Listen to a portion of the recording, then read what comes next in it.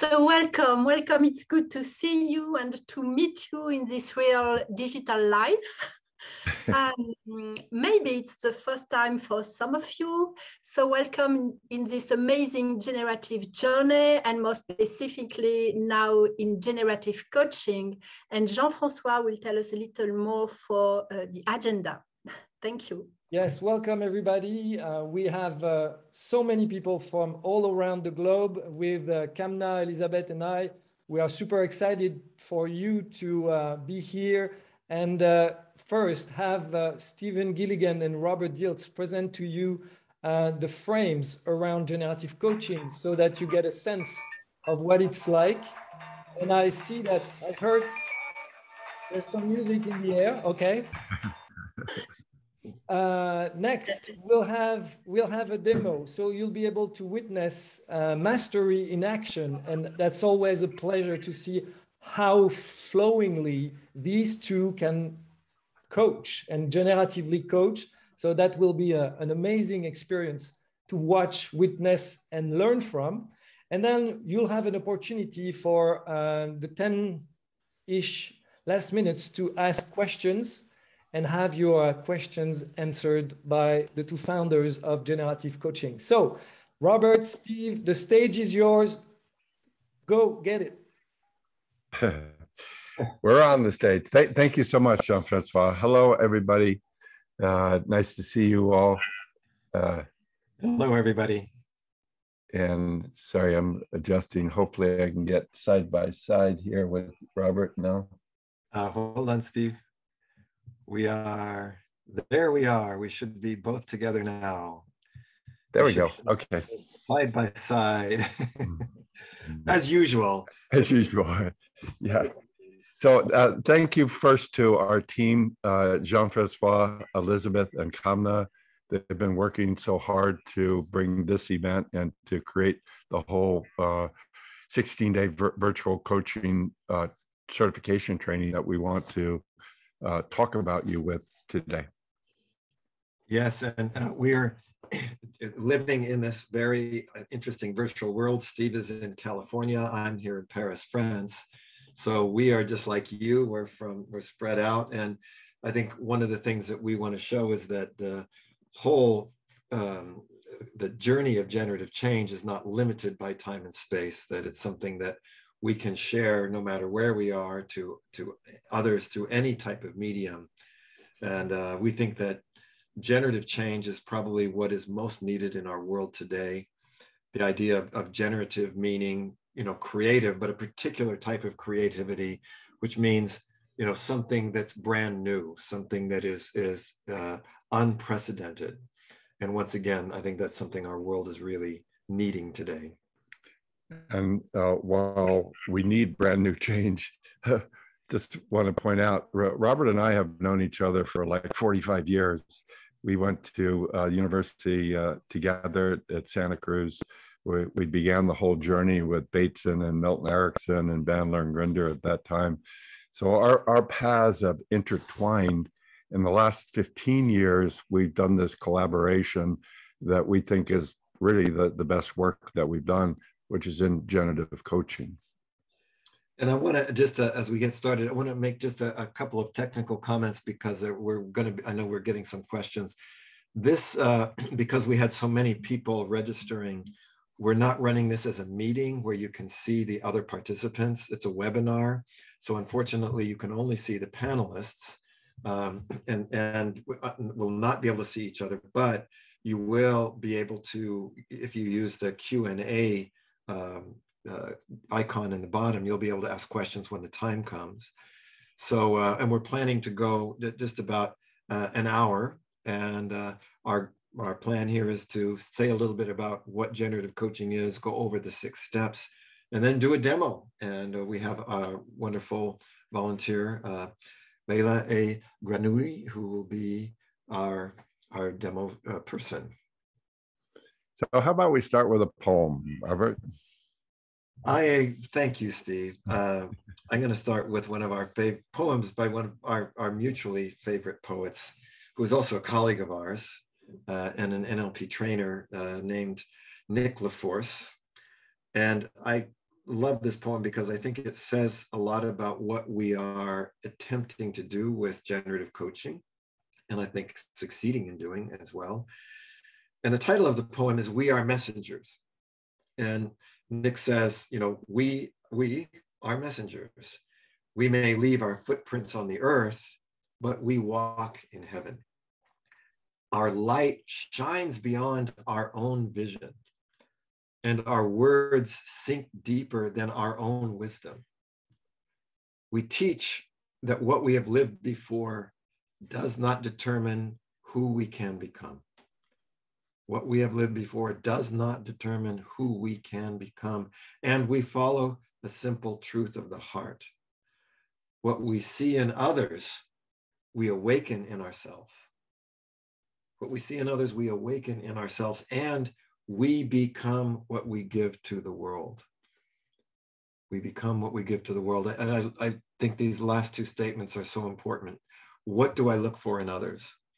You know, if I look for their problems, I awaken my problems. If I look for their darkness, I awaken my darkness. If I look for their magic, I awaken my magic. If I look for their resources, I awaken my resources. And then we become what we give to the world. If I give the world my complaints, I become a complainer. If I give it my anger, I become angry. But if I give it my magic, I become a magician. If I give it my joy, I become joyful. If I give it my light, I become a beacon. So I think this is part of what we are really wanting to get at with generative change in general, but especially generative coaching. Wow, that's great. Where do I sign up? So usually we begin with poems because in looking at creativity, which is the heart of what generative coaching is interested in, we see the languages of musicality and poetry as of a much deeper, at a much deeper creative level. Literality is important, but to be able to release any sort of fixed limitations and then explore multiple new possibilities, we need a language that moves through the body, that can be able to open in many different ways. Poetry and musicality are much deeper languages in that regard. So I usually counter with a poem, but in our interests of brevity here, just want to share with you a very abbreviated description of a case example. Guy comes to see me for coaching, and he says, I have to finish this business project. I'm past the deadlines. I have to finish it. I said, oh, okay, that's okay with me. Why don't you do it? Because every time I start to do it, I end up procrastinating for hours. So usually the request would be prop up the finishing the project, that's the good side, and get rid of in some way the thing that's labeled to be the problem, procrastination. What we do in generative coaching is say that every piece of the description, in this case, the positive goal and the negative obstacle, are integral parts of a sustainable solution. So with this guy, first go into what we call a coach state, go into a positive open state, take these two statements, I want to finish the project, but I end up procrastinating, translate them into nonverbal models, in this case, somatic model, show me what that looks like. This is his model for finish the project. This is his model for procrastination. Those are what we would call held in a negative, non-creative state. So what I did with him, which is the heart of generative coaching, get into a positive state, come back to those same models. I want to finish the project, but hold them in a more fluid, positive representation. And the finish the project became like this rather than this. And the procrastination became something like this rather than like this. Once he did that, it was easy for me to see, for him to experience, these are parts of the same creative rhythm. So that's an example of how we're approaching these sort of challenges that we encounter in coaching people. And what we want to do in this session is to say a little bit about the background of that and the steps that Steve went through to help coach this person, where you'll see some of the important differences and the important additions that I think we do with generative coaching. So we're going to do a quick review of some of our basic premises and some of our principles, and then the 6 steps. And then, as we said, we're going to do a demo of those 6 steps. So 3 general premises. The first one is everything we know as a reality, we are actively participating in creating. Reality is not some static, independent, fixed thing. It's something that is being created every moment, and we're active participants in that. And as this slide shows, that that we create through a conversation, and we say this is the foundation of all generative change work, but especially generative coaching. We start this conversation between what we would call the creative unconscious, or the sort of quantum world of our imagination, where everything is possible, and then say, what is it and how is it that we can bring into this classical world of concrete, reality that we call reality. So our conscious mind tends to collapse what we're calling this quantum wave of all possibilities into a single possibility. And the second of the 3 core premises is the way we do that structurally is through what we call our filters, the way that we're partitioning or holding or representing our maps of reality. And we identify 3 primary filters that we work with in generative change, and in particular in generative coaching. The first is our somatic filters, which is the filters of our body. These are our first filters. When we are born, we don't have much of a cognitive mind. We're just sort of entering into this field.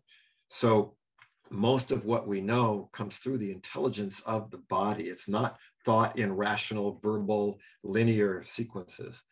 And this is where we really learn to first engage the world. And these filters are, in many ways, some of our most important ones. So in that example I was briefly sharing, this guy had a somatic model like this in terms of this is what being creative would look like. I think we can intuitively clear that particular representational form is not going to get the job done. So I said, what does it look like?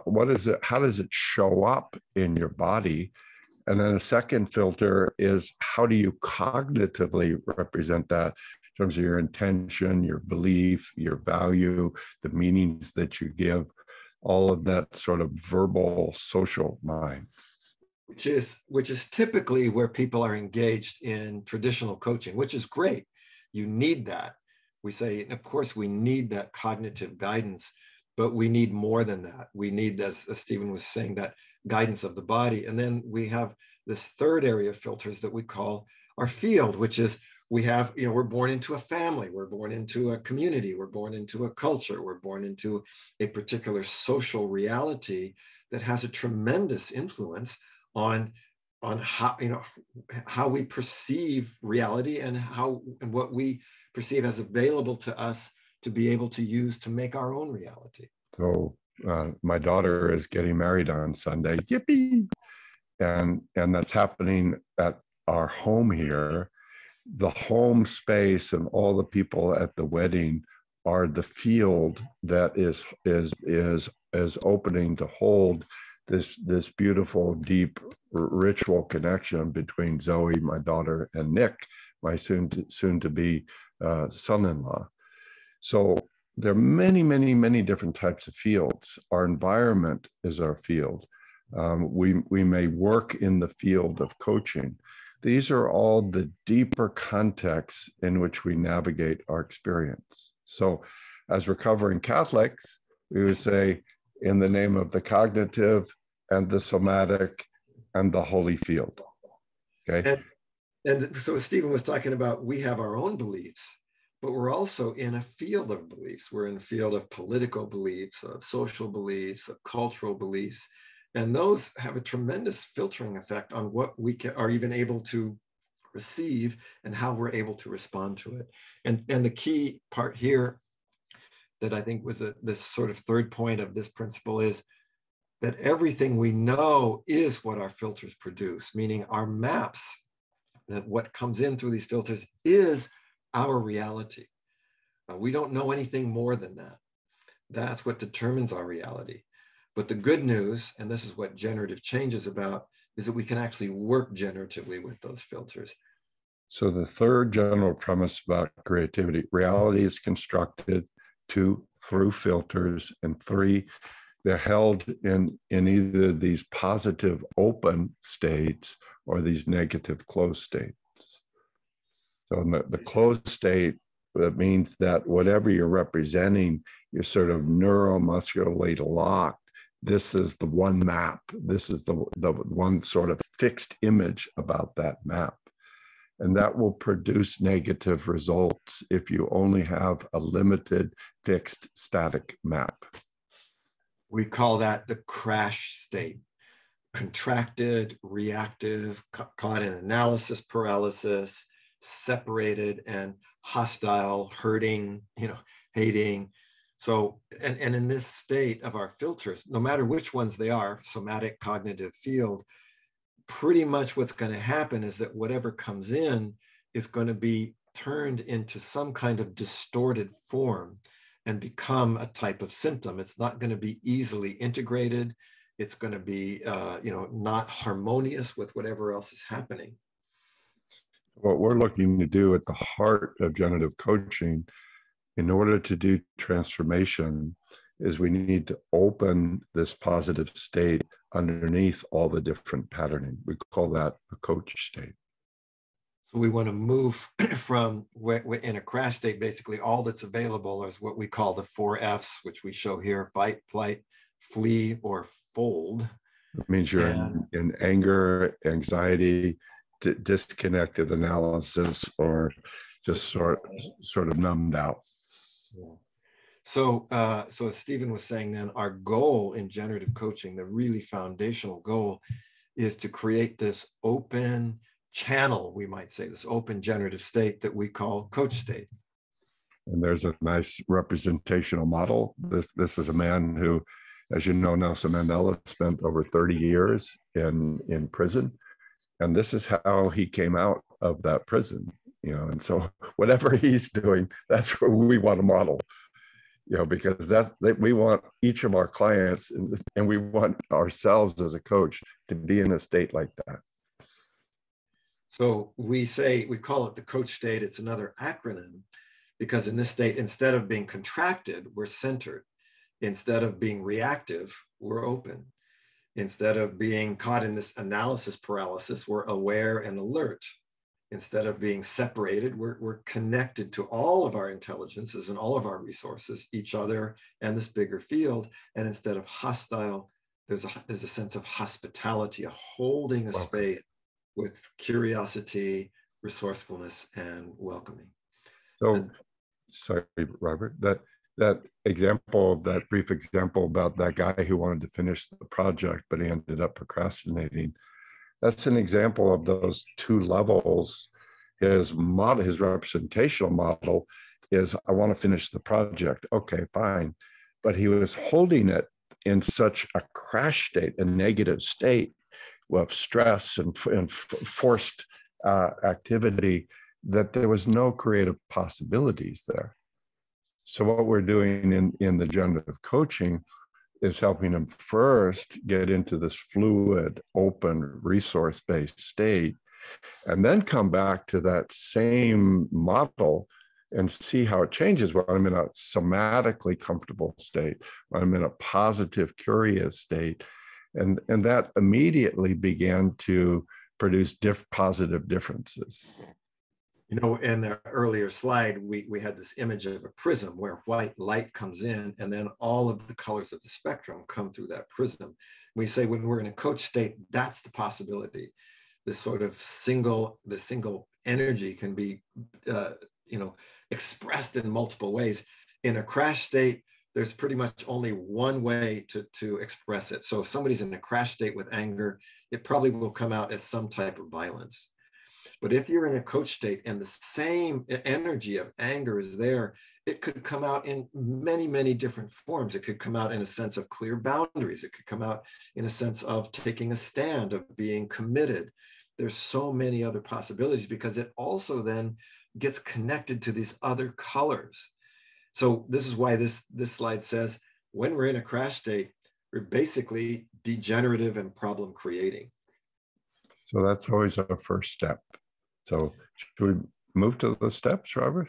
Yes, our first step, as Stephen says, is we're always wanting to open this coach field. Now, we say a field as opposed to simply a state, because when two individuals are in a coach state together, there begins to be a kind of a resonance, and that resonance creates a third sort of an entity that is not one or the other. And for us, this is a key part of generative coaching, that the solutions and the creativity that comes through generative coaching is not coming from either just the client or the coach. It's coming through this relational field that they're co-creating together. So this, by the way, is the first of the 6 core steps that we are training people and certifying people how to use these as a generative coach. In the first pass through, like module 1, we think of the steps as a sort of a sequence for how to organize a session or a series of sessions. But then we begin to look at them at a deeper level as what we might call the 6 necessary conditions for sustainable change. It's not that hard if you have a little charisma and you have a few techniques to produce some sort of change. But we all know, if we've worked in coaching, the question is, do they last once they leave the coaching office? And too often they don't. So what we're looking at in generative change is, what do we need to attend to produce changes that last? So the first one is a client has to be able to get into a state of emptying out, relaxing, being in harmony not only with themselves, but with something much bigger than themselves. That's always the first step. And we would say that this is one of the things that distinguishes generative coaching from others. It's this first attention to what is the state, not only of the client, but of the client and the coach. What is the quality of this field? It's not about what questions I'm asking. It's not about what technique I'm using. We say any of those things will not work if there is not a good quality field between us. The second step then is to set what we call an intention or a goal. Now, here's another place where generative change and generative coaching, differs from traditional coaching.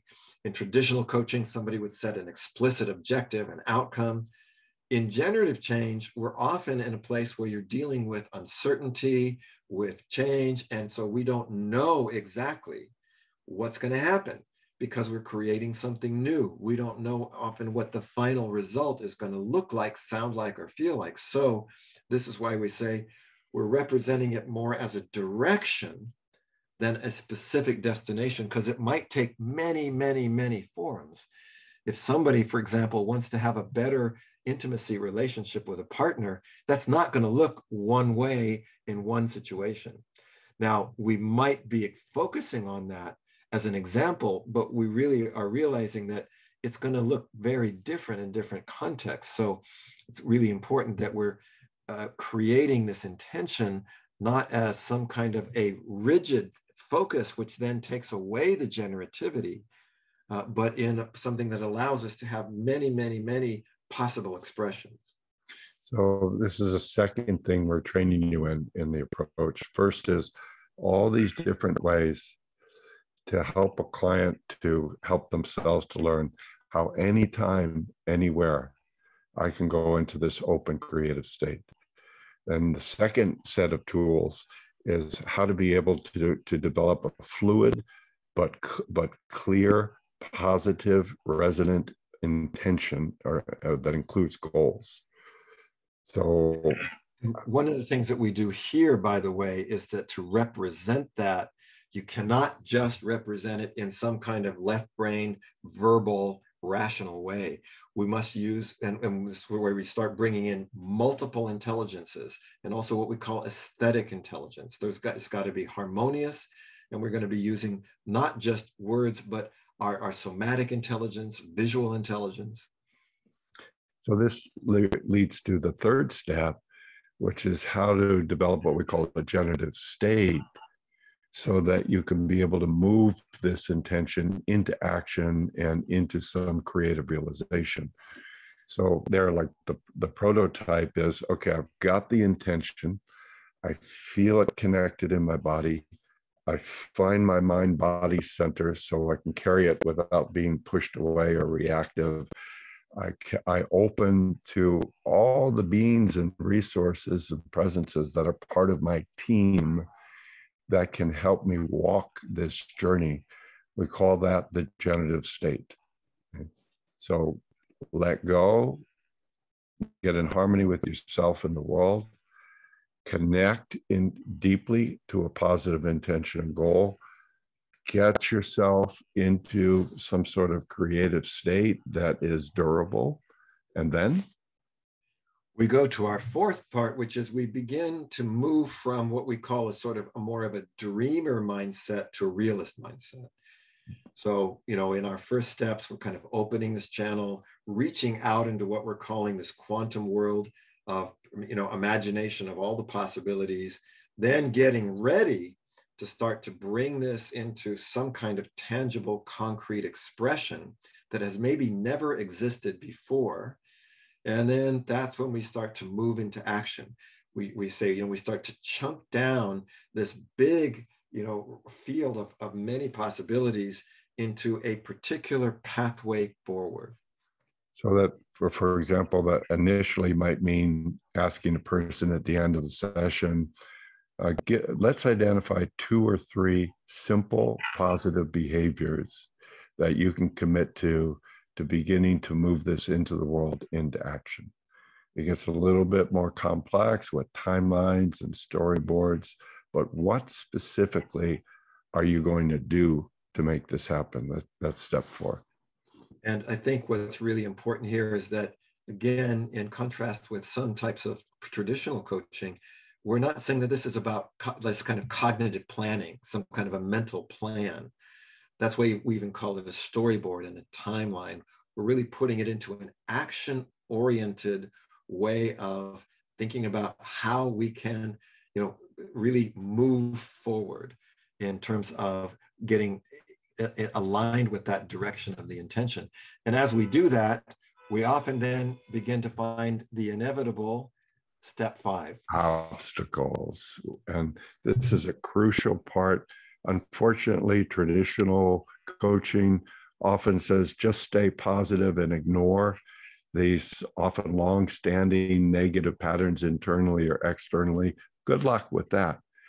We have a more generative idea, we believe, based on Milton Erickson's work, the work of Aikido, which is how to skillfully be able to welcome and engage the seemingly negative obstacles such that we transform them into integral parts of our positive solution. One of the things, in fact, we say is there is no generativity without the obstacle, that the obstacle is an essential part of being generative, that we need to be able to hold multiple and seemingly contradictory perspectives in order to have actually the possibility of anything new to emerge. So we need these obstacles. And from this perspective of what I was calling earlier aesthetic intelligence, the obstacle is showing us precisely where what we're doing is out of harmony with other parts of our bigger field and our bigger system. So that example I started with, the guy who said, I need to finish the project, great. But his representation is finishing the project was complete what the Chinese would call yang energy, really sort of uptight, forced energy. His symptom, his obstacle, his problem was one of going into not doing.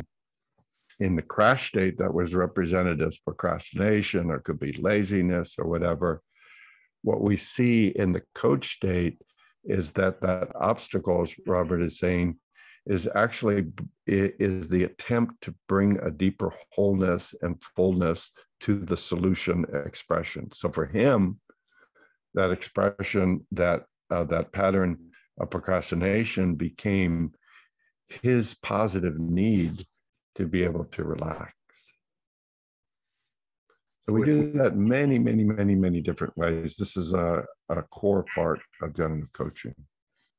And if we don't do that, then the change is not sustainable. If we do not welcome the obstacles, if we do not say, you are an important part of this journey, if we try to ignore them, fight them, break through them, get rid of them, we're actually setting ourselves up for precisely unsustainable change. So we say this is kind of where we enter the third part of the creative process, moving from dreamer to realist to what we call the critic phase. And we want to turn a negative critic into a positive critic, into an advisor. And that's a big part of what that step is about.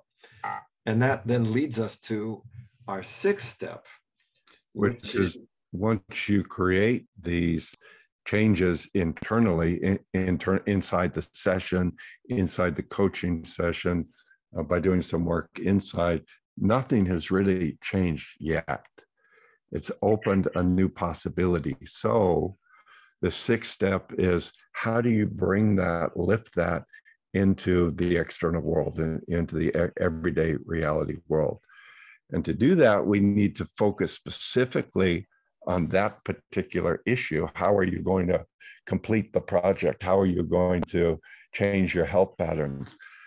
But we also we really want the client to make a commitment to everyday practices so that you can replenish, nurture, cultivate, and have the coach state, which is the necessary base for all positive change, to be available anytime, anywhere. So what we'd like to do now is do a quick sort of a demo of what those 6 steps might look like. Now we're going to do it rather quickly. We would normally take longer, but we also want to show that you can do these steps in a fairly elegant way, in a simple way. And of course, what we teach in our programs, our 16-day programs, is many, many different ways to do each of those steps. There are many ways, and we enrich each one of them. And that's where you really get the mastery. So we'd like to invite Leila to turn on her camera, and she's going to join us, her camera and her microphone. And I'm going to... Hi, Leila. Hi. Hi, Leila. Leila, do you want to introduce yourself at all? Sure. I'm Leila. I live in Paris, and it's going to come up. So I'm a mother of 2. and you've been studying the generative coaching, and so sorry, it's some echo somewhere, huh? I'm not hearing it here. But okay, I hope that was just temporary. Yeah. And you've been doing generative coaching for some time. That's how we know you and have invited you to participate today. That's right. Great. So what we're going to do is we have only about 20 minutes or so to do this. And Stephen and I just thought one of the things we like to do is kind of trade off doing each of the steps. So Stephen is going to start with the first step, and we will take it from here. So. And Robert, maybe you can tell me after 3 minutes. Yeah. Okay. So Leila, you know, on the first step, I'd say we're going to do an abbreviated version of each. First step is settle in, settle down. And then usually what we do is we ask the client, when you need to do a positive connection with yourself, when you need to come home to a sense of relaxation or peace, do you have a favorite way that you use that works for you? Yes. Yes, and I wonder if you could just share a few pieces of that. Yes, what I do is I do my Wuji pose, which is a Qigong pose. Yeah.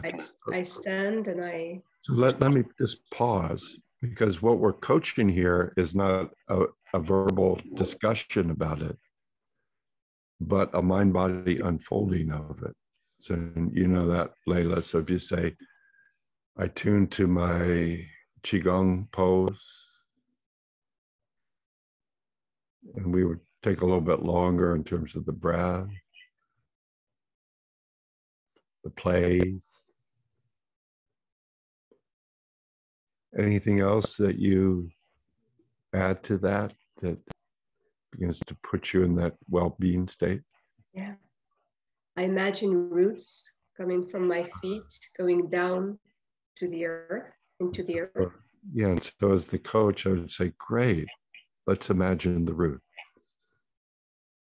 Let's feel the body, sense the breath, imagine the root. So this would be just an example of how, from the client's own patterns, we begin to unfold that coach state. And then I'll turn it over to you, Robert, for the second step. Thank you, Leila. Yeah. And just, I want to point out to everybody that notice that Steve wasn't just saying to Leila to do it, he said, let's do it. So this is how we're creating that field. As Leila is bringing down those roots, we're doing that too. So I was doing that too, Leila. Thank you for that. It was a lovely experience. Leila, to do step 2, you know, we want to kind of start activating these multiple intelligences towards your desired state. I'm wondering, do you have enough space that you might be able to stand up a little bit? So I often like to do this where we stand, and especially as we're doing this virtually, I think it's so important that we're not just kind of having only this head-to-head conversation. And so Leila, as you really feel those roots and you open that place, so you're just talking about that Qigong state, and you kind of feel that energy that's moving through you, you know, and you think about what it is that would be something that would be really important for you to create. You know, when we talk about generative change, it's not just sort of only improving something you've already done or achieving just some, you know, one particular result. It's what is something you'd really like to create or create more of in your life? And it could be personal, professional, and something for yourself, your relationships. What is something would be really useful for you to work with here? I want to create more balance in my life. More balance. Yeah. And so here, of course, it's interesting. Balance is a great word and it's a wonderful thing. Although here's where we might say, yeah, that's great, but it's almost a little bit too general. So if we were to say, where in your life, which particular area would be most important for you to create this balance, where it would especially be something new for you?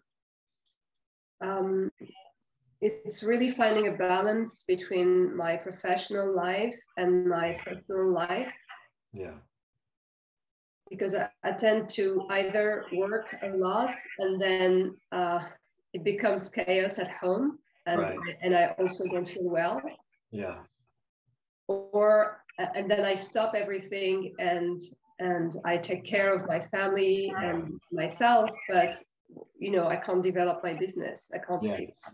Kind of this, I get this sense of a kind of a bipolar thing where you're sort of going back and forth. And so what would be really new for you is to really have an ongoing balance where instead of sort of going from one polarity to the other, you could really manage that in a new way. And that's why we talk about this idea of aesthetic intelligence. Now I noticed, Leila, as you were talking about that you were kind of gesturing with your two hands this way. And I'm really curious, what might be a gesture for you of this new balance that you could have between your sort of work life and family life? If you were just to kind of tune into that. Yeah. I like the movement part there. That makes a lot of sense. And Leila, you know, as we're doing that, what kind of an image comes to you of that balance? What might that look like? And it could be a social reality image, or it could be a symbolic image, or maybe both. How do you see that balance? Something came up very strange. I never had that image before. That's good news. That's always a good sign. It's me walking with my children in the on a path near a forest, and there's a horse. I don't know why. Great. Well, I'm going to turn this over to Steve. Let's take a little bit, see how we might start turning this into something that will be a part of your future. Yeah. And by the way, I would just point out that that image that comes, that rhythm that comes, probably would only come if Leila was feeling that rhythm in her body. So if she was in more of a traditional, stiff verbal conversation, those images that come from another place would probably never arrive. Okay, so let's go to the next step, which is you want to bring balance between your work and your family.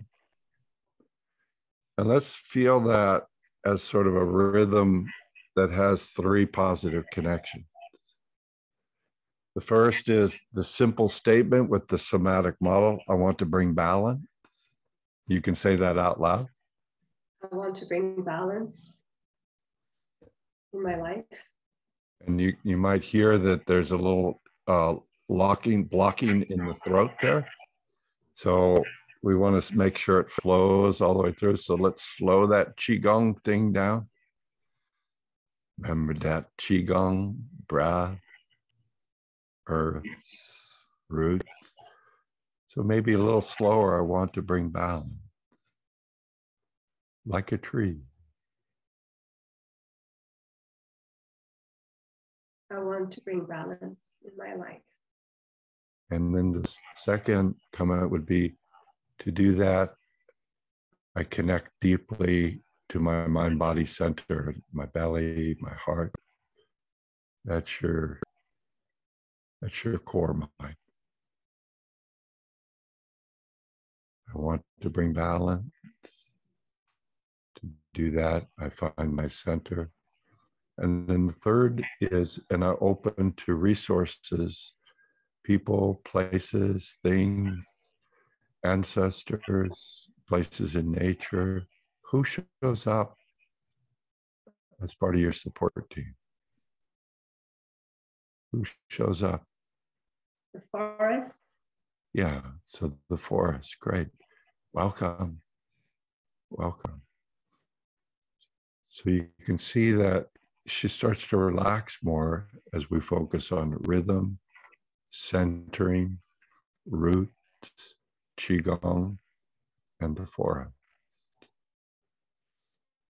So this is just a little sample of how to help Leila find the creative state that's needed to launch the new creative behavior. Then step 4, Robert. Is where we would say, Leila, from this place, as you look at creating that balance between your work, your family life, and you kind of have that support of the forest, and you're also connected with this deep somatic center in yourself. If we were to start thinking about what would be really a concrete step that would, what would that look like in concrete reality? I mean, for example, maybe over the coming week or days, what would that mean that would begin to change in your life? And you might even want to kind of imagine that you're sort of taking a step into a future where you are doing that, where you go, yeah, I'm beginning to get that balance, and really get a sense of what am I actually doing? What kind of action am I taking? A new action. So remember, you have to do something different. I'm kind of crossing over this threshold. I'm getting into this new space. What comes to you as a concrete thing that you can do?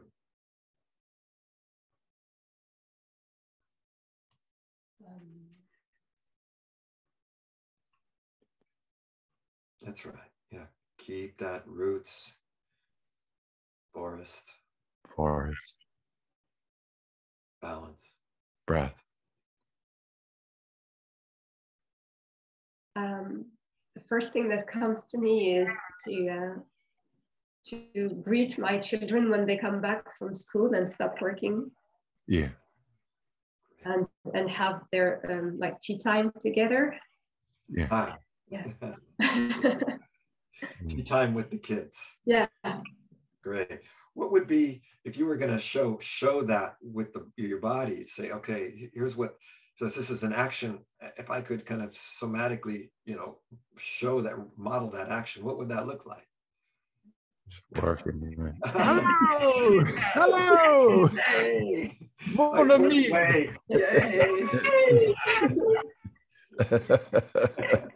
That blows your cover of a hardworking professional. Fantastic. Or we should say, it gives you a much more positive version of a hardworking professional. Fantastic.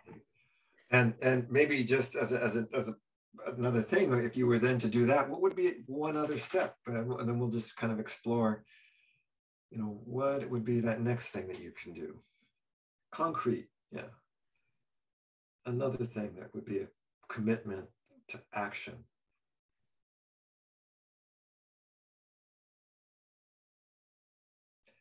Roots, breath, forest. You can kind of see there's already a little bit of obstacle showing up here, but just.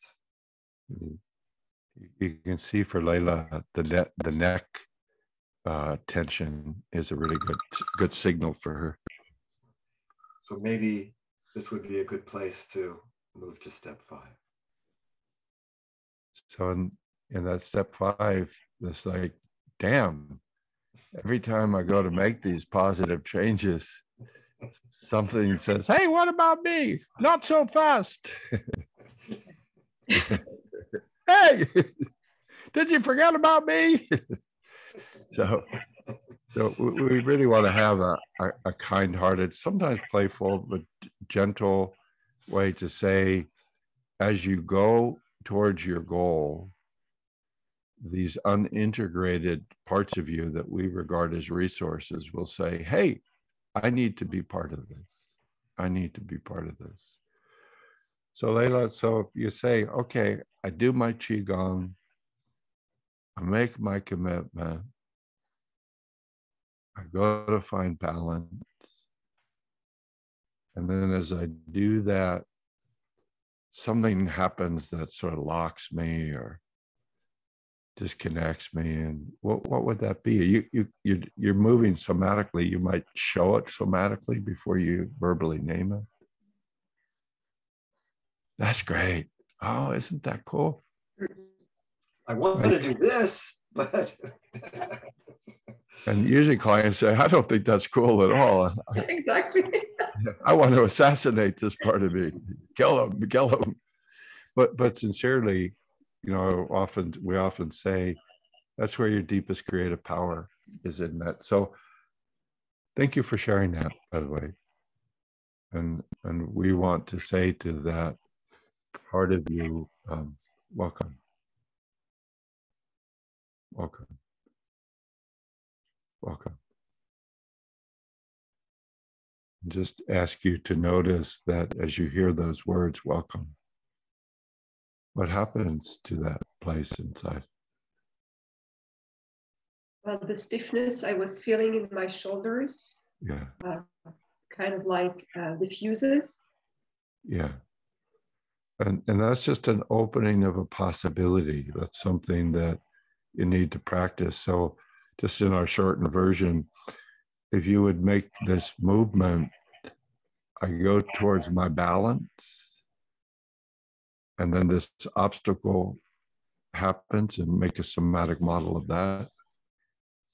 And I bring a coach state, Qigong, forest, and I say to that tension, welcome, welcome, welcome. Begin to give her a place at the tea ceremony.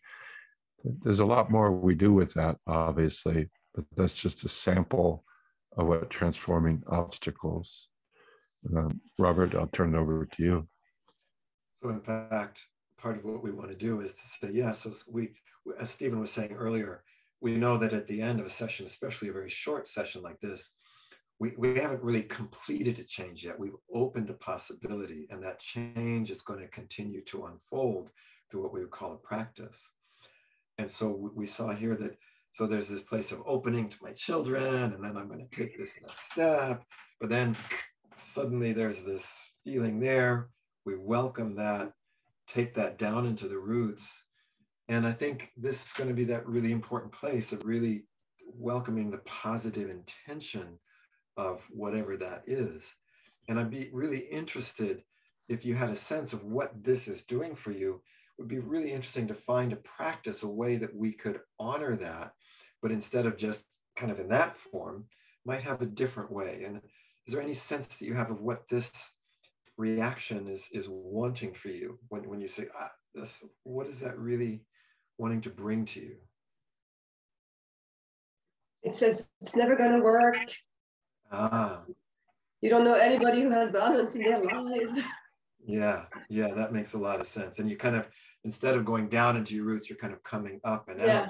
Let's take that. And if we really brought that down, I'm saying, yeah, okay. And I'll bet this is probably not the first time that you've done something that no one else has done before.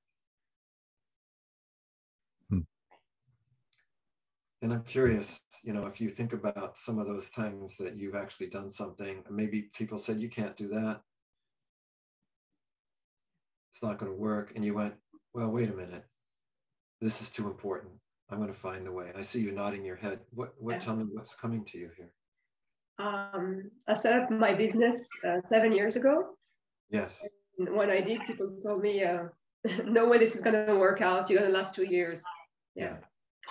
So we know how true those statements are. So what did you do? What was your practice to really bring your business?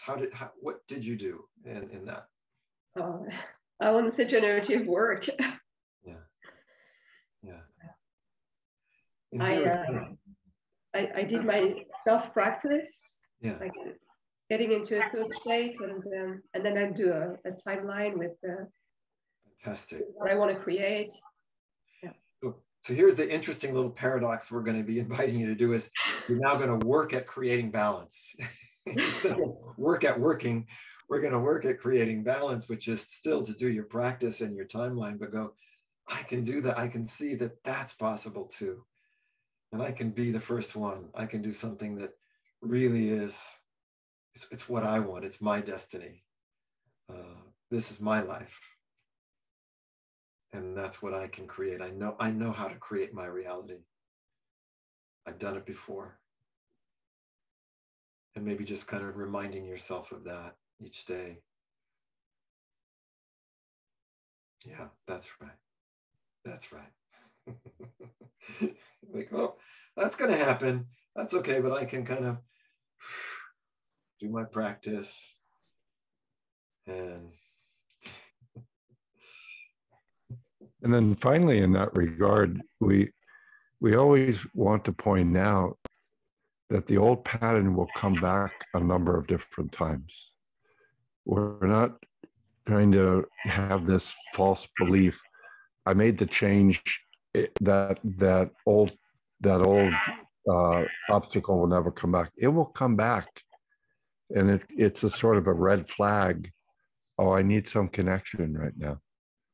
We say it's not only is it going to come back, it's part of the team. It is a necessary part of your team. So you want it to come back. You want to say, welcome, let me know. Yeah.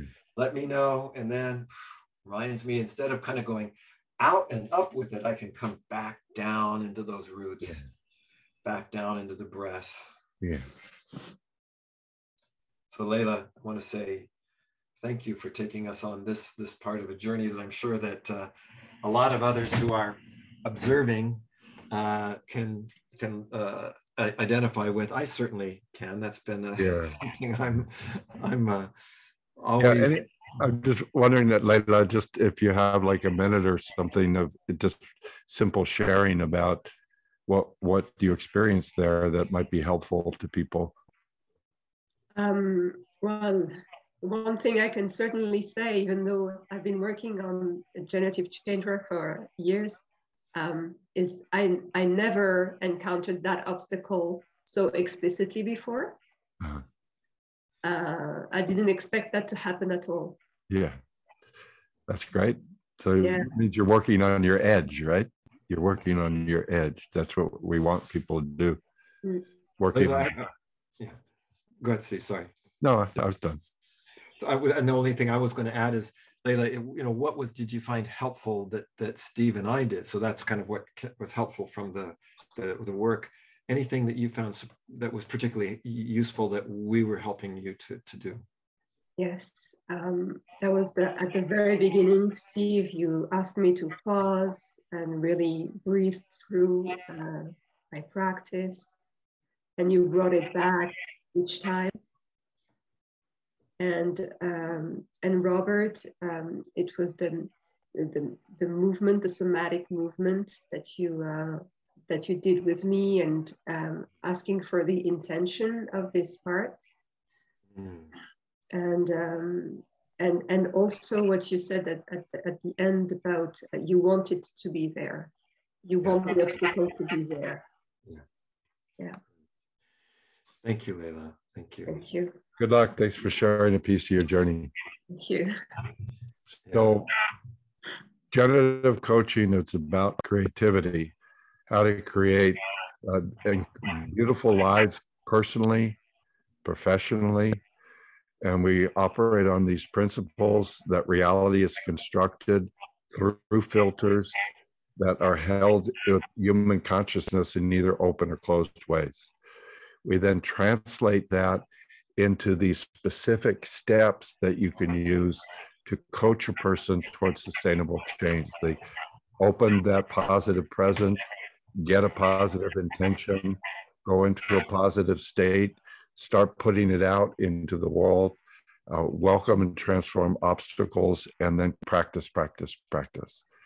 That's the model in a nutshell. And we've been doing, this is something that Stephen and I have developed, first of all, over our 45 years of work, but especially very intensively in the last 15 years of really trying to put into a structure that gives enough flexibility and yet gives enough direction. And so what we do in the 16 days of training is we're showing many, many different ways to do each of those steps, because what you're going to realize is that depending upon the kind of issue somebody's working with, you need different ways to do it, depending on the kind of people. And I want to start, there was a question that came in that says, this person said, hi, I'm Maria from Italy, and I don't have a high level of English. Can I take the course anyway? And one of the things I appreciated that Jean-Francois said, well, if you can understand us well enough, that's already your first answer. But the other thing is, notice that the somatic and the visual, these other intelligences are so important that we're not putting this whole, intense focus on the words. So yes, we feel that you do not have to have perfect English, definitely, to do this. Second question, I think is also very interesting, is was someone said at so-called core therapy, things start to look very strange from inside. Parts don't want to connect and even want to disconnect. External representations of the outcome feels unwanted. And it says, what can be a good hook to breathe through that step? Well, in a sense, that's the first step of going into a coach field. We would basically assume all human consciousness wants connection, but it can only allow connection when it feels understood and seen and respected and so forth. So we're seeing with these push-pull of the obstacles, something's trying to come out and then something slams it down. That's a historical representation of the way it was negatively treated. So we're opening up this positive presence and not trying to force anything, any interpretations, or you have to do this, or come out of there with your hands up.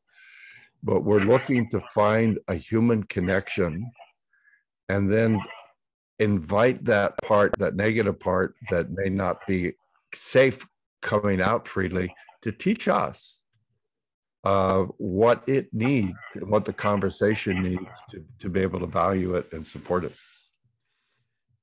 Yeah. So I just, somebody else had an important question, but the first name of the poet, the poem is Nick, yeah. Nick LaForce. Yeah, Nick. Yeah.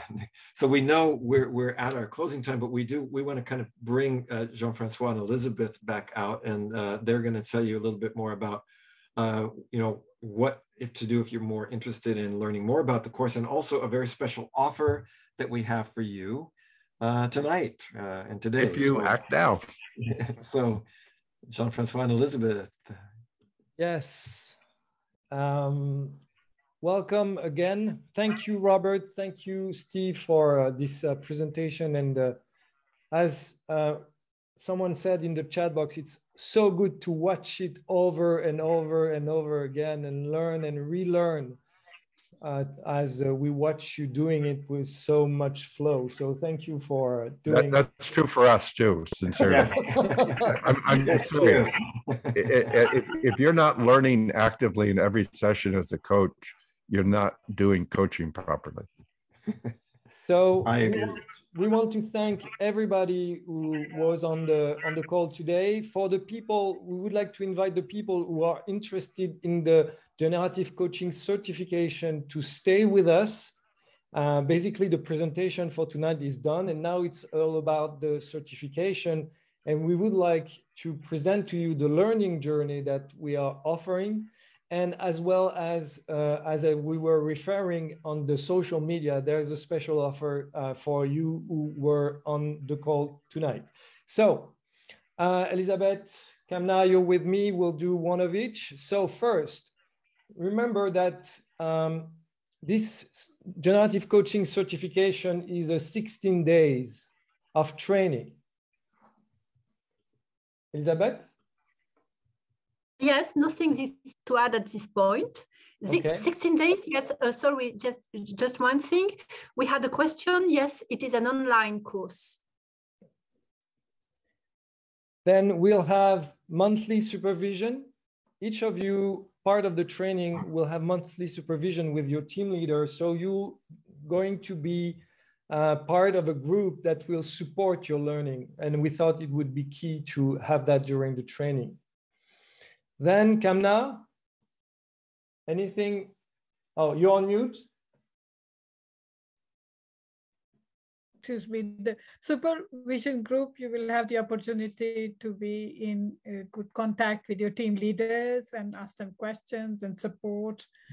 And you'll have your workbook in Moodle to work with as you progress through the course.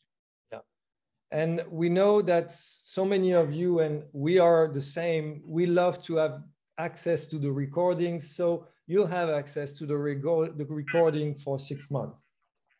Yes, and for the interactive online learning platform, you will have access to the recording, to some other exercise, to a community. You will have the possibility to interact with each other, to share what you want, whatever you want to share. So it is a very, how can I say, a live platform and workbook, of course, also. Then Kamna, what about the bonuses as ebooks? Yes, so you will get, so one book is already out, the volume 1 of generative coaching, and you will get it in your access very quickly when you register. And the good news is the second volume is going to be out tonight or tomorrow as we speak.